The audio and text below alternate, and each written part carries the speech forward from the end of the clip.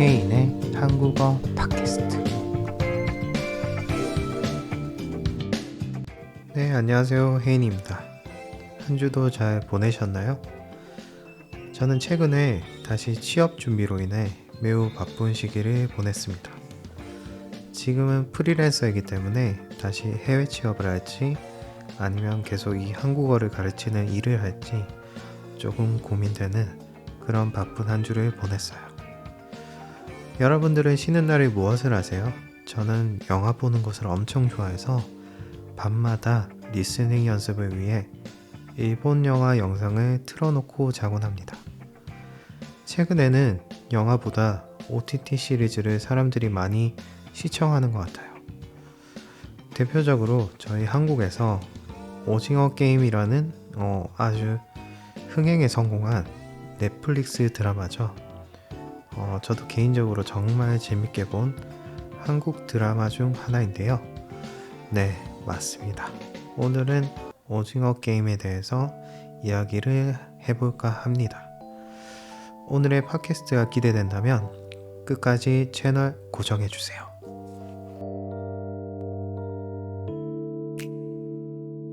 오징어 게임은 시청시간 넷플릭스 역대 최고를 기록할 정도로 세계적으로도 매우 대단한 작품이에요. 제가 한국 사람이라서 그런 것이 절대 아니고요. 실제로 1조 수익을 벌었다고 합니다. 여러분, 1조 수익이면 저희가 억 단위도 어마어마한데 1조라는 숫자를 저는 감히 세어보지 못했어요. 일반인에게는 상상도 못할 그런 숫자거든요. 오징어 게임의 흥행 이유를 한번 생각해 봤어요. 오징어 게임이라는 드라마가 왜 인기가 있을까?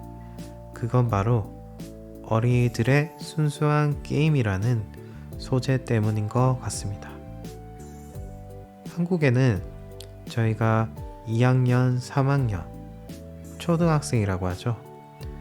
대충 2학년이면 8살, 9살 정도인데 어린 시절 순수하게 친구들과 무궁화 꽃이 피었습니다 라는 게임을 하면서 웃으면서 서로 게임을 했었는데요.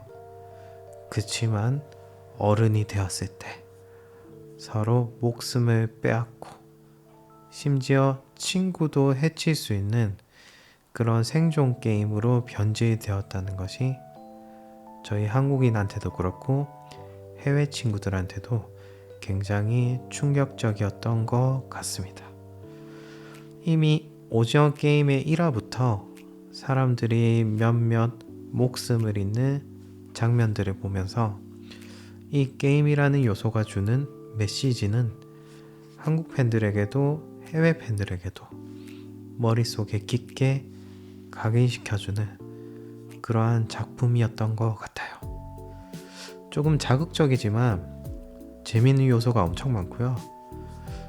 저는 모든 편을 다 며칠 만에 다 볼 정도로 저에게는 아주 즐거운 넷플릭스 시리즈였습니다.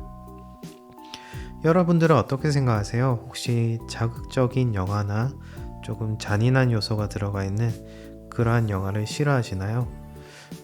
각자 취향이 다르기 때문에 싫어한다고 해도 전혀 이상할 게 없는 것 같아요. 어떠한 친구는 액션 영화를 엄청 좋아할 것이고 또 다른 친구는 로맨스 영화를 좋아하겠죠. 조금 더 오징어 게임에 대해 이야기해 보겠습니다. 저희가 주인공 이야기를 안 해볼 수 없을 것 같아요. 처음에 이 성기훈이라는 캐릭터는 조금은 제가 생각했을 때 동정심이 들 수밖에 없는 그런 캐릭터인 것 같아요. 매일 남들에게 무시당하며 사고를 치기도 하고요. 병든 어머니의 현금 카드를 몰래 훔쳐서 도박을 하고 또 과거의 사업에 실패해서 이혼까지 당해버린 아주 불쌍한 신세죠. 더군다나 사랑하는 딸에게도 떳떳하지 못한 그런 아빠인 것 같습니다. 돈 10,000원이 없어서 맛있는 것도 하나 못 사주는 너무나 어린아이 같은 그런 역할로 나오기도 해요. 이 캐릭터를 보면서 왜 저렇게 살까? 라는 감정과 동시에 동정심이 드는 인물인 것 같습니다.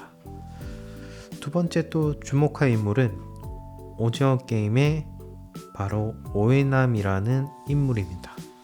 이 오해남 할아버지는 오징어 게임에서 정말 없어서는 안 돼 개인적으로 주인공보다 더 중요한 역할이라고 생각이 드는데요. 굉장히 따뜻한 성격을 가지고 있고 게임을 할 때 상당히 여유로워 보여서 아니 저 할아버지 과연 어떤 사람이지? 속마음은 무슨 생각을 하고 있지? 라고 시즌 내내 생각을 했었거든요.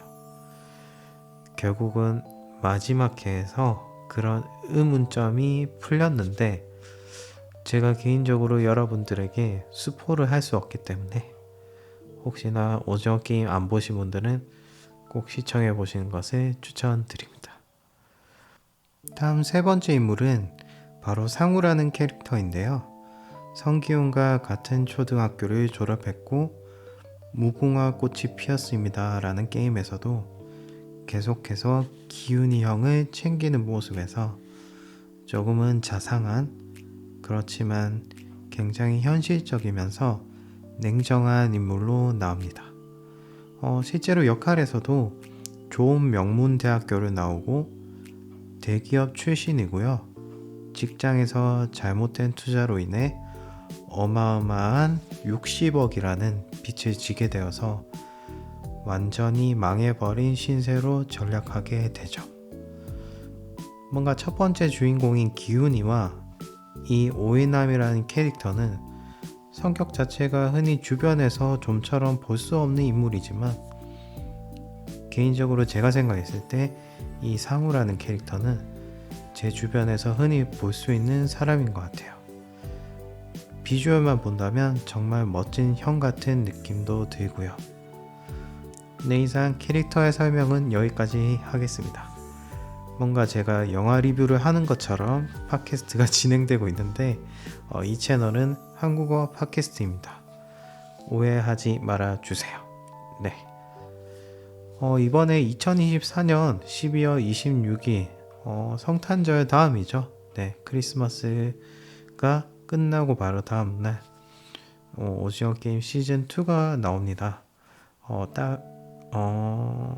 네, 어쩌면 이제 가족들과 이 시리즈를 같이 감상하라고 일부러 날짜를 그렇게 기획을 한 것 같아요.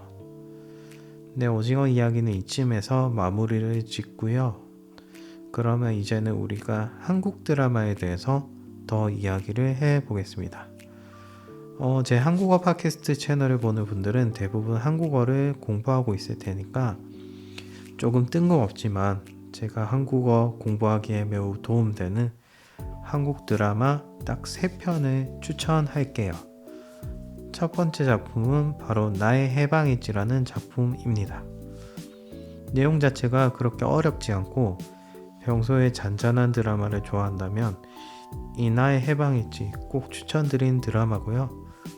내용을 조금 짧게 이야기해 본다면 사회생활에 지치고 자신의 평범한 모습이 싫어서 방황하는 한 소녀 주인공과 항상 완벽을 추구하고 자신의 일에는 철저하지만 늘 의문투성이인 한 남자의 사랑 이야기입니다.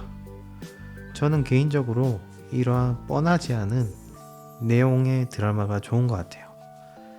마냥 로맨스 코미디 같은 드라마보다 뭔가 주인공들이 서로 결핍이 있고 서로 단점이 많지만 그것을 어떻게 해서든 서로 극복해 나가고 또한 그 과정들을 보는 것이 즐겁습니다.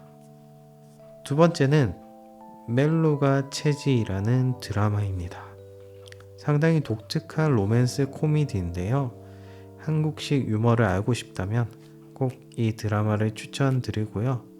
약간은 옴니버스식이라서 각각 커플들의 다양한 사랑 이야기가 나옵니다. 서로 인물들 각각 캐릭터들 간의 매력이 있고 사랑스럽다는 느낌도 있어요. 그래서 나는 한국 드라마를 보는데 평범한 것은 보고 싶지 않아 라고 한다면 이 멜로가 체지 드라마 꼭 추천드립니다. 마지막으로 제가 아주 괜찮게 본 트렁크라는 넷플릭스 드라마인데요. 한국에서는 그렇게 평가가 좋지는 않습니다. 내용을 짧게 말한다면 남녀 주인공이 서로 계약 결혼해서 벌어지는 무서운 사건 사고에 대한 이야기고요. 장르가 로맨스 스릴러인데 조금 독특해요. 저도 이러한 드라마 장르는 처음 들어보는데 생각보다 꽤 재밌게 본 것 같습니다. 예전에 인기 있었던 도깨비라는 드라마 아시나요? 도깨비의 드라마 남자 주인공 공유라는 배우가 나옵니다. 목소리도 너무 멋있고 키도 커서 개인적으로 동경하는 배우예요.